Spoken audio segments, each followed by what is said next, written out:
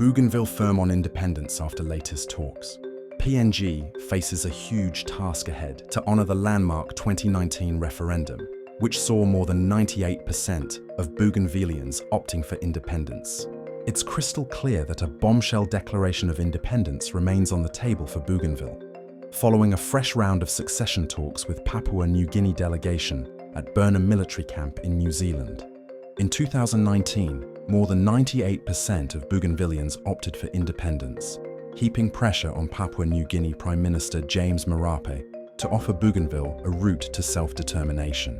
While Bougainvillians are strongly pushing for independence, what comes into play is the terms for a long-sought breakaway, as both parties are still working around the clock to come up with an amicable solution. However, what worries the national government the most is fears for both the economic sustainability of the impoverished province of 300,000 people, and also that it could embolden other provinces to secede. Well, it's absolutely clear since 2021 that Bougainville will not accept any other options but independence. But how can independence be granted? While Bougainville is still legally under the jurisdiction of the PNG government, the key to independence, however, lies not in them, but in the National Parliament of Papua New Guinea, as stipulated in the 2001 Bougainville Peace Agreement, BPA. It's clear that the referendum is non-binding and Papua New Guinea's parliament is the final decision-making body. However, passage through PNG's parliament is complicated by a number of factors. As the referendum result is brought before the parliament, it is highly doubtful that the Prime Minister or government-aligned MPs will support it. It's also not clear what that vote will be for: to simply acknowledge the referendum or to grant independence, and if the latter, whether a vote would need a simple majority or an absolute majority of 75% to pass. There are also doubts on whether Bougainville has held up a key tenet of the post-war peace agreement to rid the province of weapons.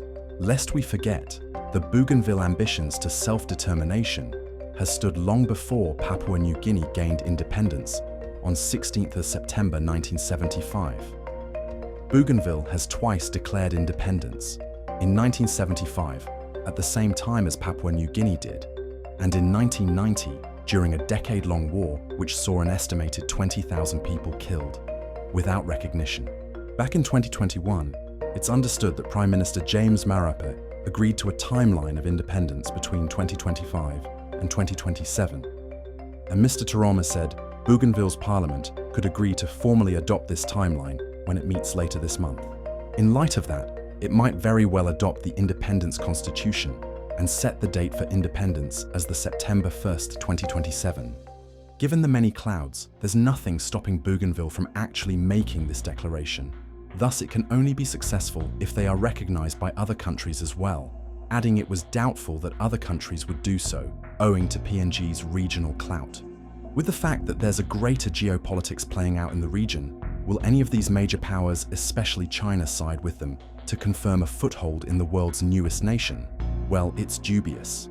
At this juncture, the PNG Parliament has a tough decision to make ahead, with heaping pressure on Prime Minister James Marape to honour the voice of Bougainville people on self-determination, should PNG let Bougainville go. Apart from independence, what's the next option? And is Bougainville ready to accept the results in the event Parliament vote against independence? These are very, very solid questions, thus tough and intriguing times ahead. Until next time.